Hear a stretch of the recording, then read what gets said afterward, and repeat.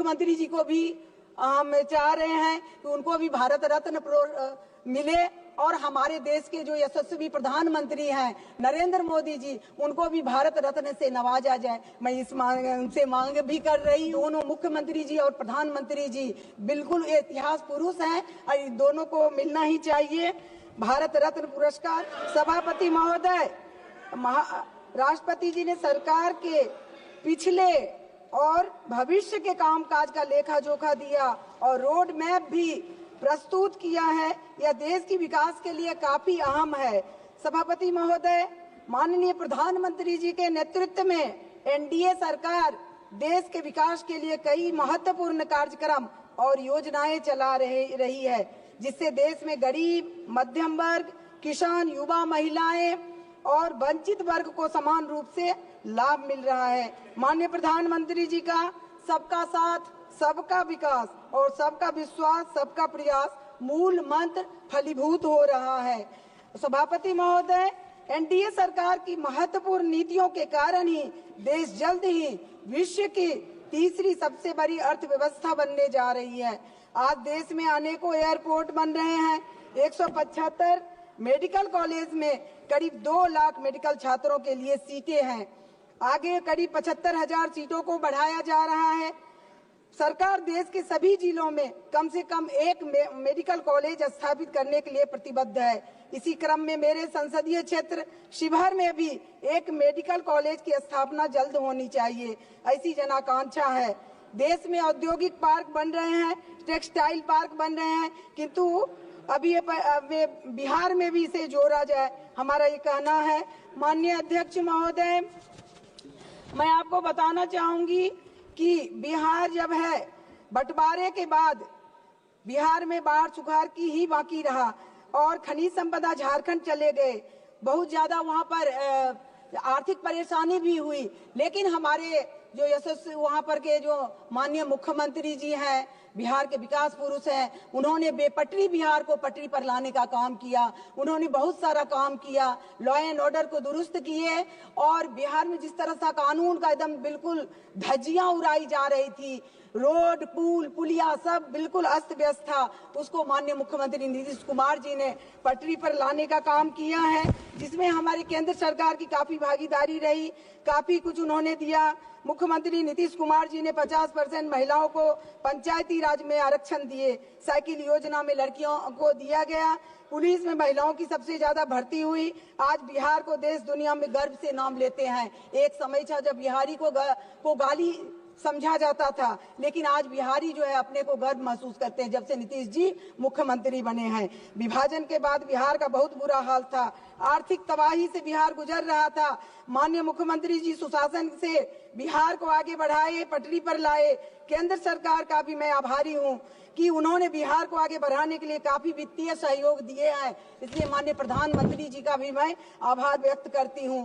बहुत सारी बातें हैं, समय अभाव है, ले आपको मैं कहना चाहूंगी कि 26 साल में मैं सांसद बनी और वो वैशाली चुनाव था, उस समय बिहार जब है आग में जल रहा था। इस तरह का था माहौल कि बिहार मतलब कि रोम जल रहा था और नीरो बंसी बजा रहे थे। उस समय जो था, जिस समय में था नीतीश जी के पहले लालू जी की सरकार थी, जात पात पूछा जाता था, लोग सुबह जाते थे शाम में आ रहेंगे कि नहीं, कोई गारंटी नहीं रहती। इस तरह के माहौल को 2005 से माननीय मुख्यमंत्री जी नीतीश कुमार जी ने सही करने का काम किया है।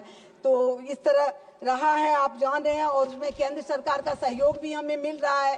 तो मुख्यमंत्री जी को भी हम चाह रहे हैं कि उनको भी भारत रत्न मिले और हमारे देश के जो यशस्वी प्रधानमंत्री हैं नरेंद्र मोदी जी, उनको भी भारत रत्न से नवाजा जाए। मैं इस उनसे मांग भी कर रही हूं, क्योंकि पहले भी ऐसा हो चुका है, नेहरू जी को भी मिला है, और जबकि उन्होंने जब मोदी जी के क्षेत्र समय में कितना कुछ हुआ है, काम गिनाने की जरूरत नहीं है। 370 हटाया गया और किस तरह से आज कश्मीर में लोग निर्भीक होके वहां पर मतदान कर रहे हैं। 3 तलाक हटाया गया। सबको मालूम है कि किस तरह की व्यवस्था थी पहले, जब मोदी जी नहीं संभाले थे देश को, तो किस तरह का माहौल था पूरे देश में, वही माहौल बिहार में था।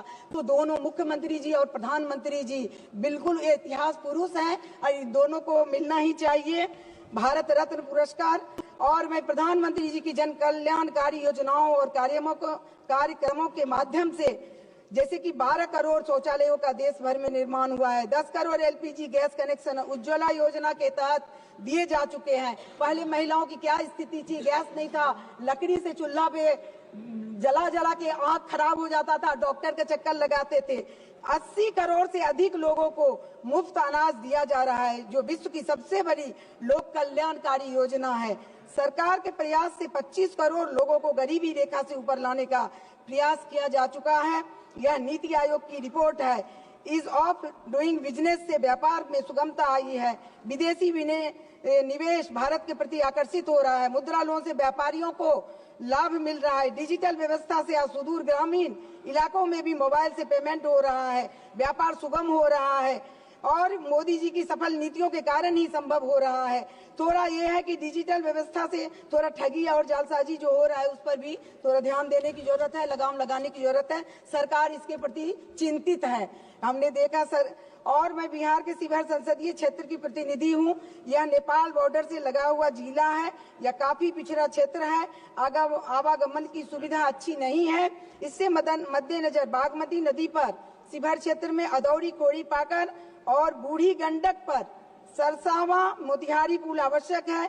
उद्योग धंधों के लिए नहीं होने से लोग पलायन के लिए विवश है। यहाँ एक कागज फैक्ट्री की हम मांग कर रहे हैं, क्योंकि कागज फैक्ट्री वहाँ होने से क्योंकि वहाँ लोग बाहर नहीं जाएंगे। बिहार में तो काफी सुधार हुआ, लेकिन जो हमारा शिवहर क्षेत्र है वो थोड़ा पिछड़ा हुआ है।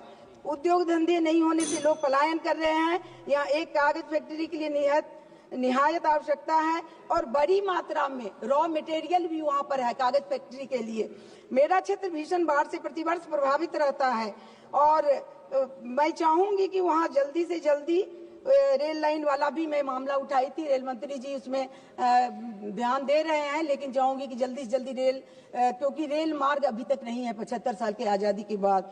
और दूसरा, मैं आप ही के माध्यम से माननीय गृह मंत्री जी का आभार व्यक्त करती हूँ कि उन्होंने बंद पड़े रीगा चीनी मिल को खुलवाने का काम किया, जिसमें माननीय मुख्यमंत्री जी का भी सहयोग रहा, नीतीश कुमार जी का भी। वो चाह रहे थे कि जल्दी हो और ये रीगा चीनी मिल अभी खुल चुका है।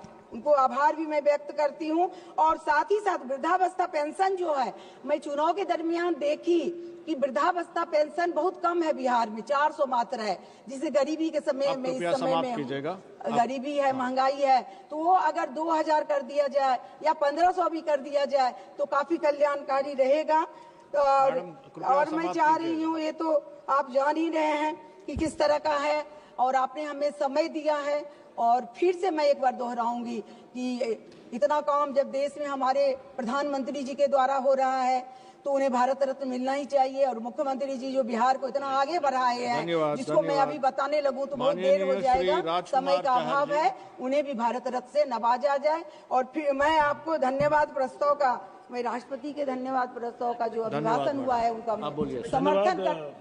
माननीय अध्यक्ष जी।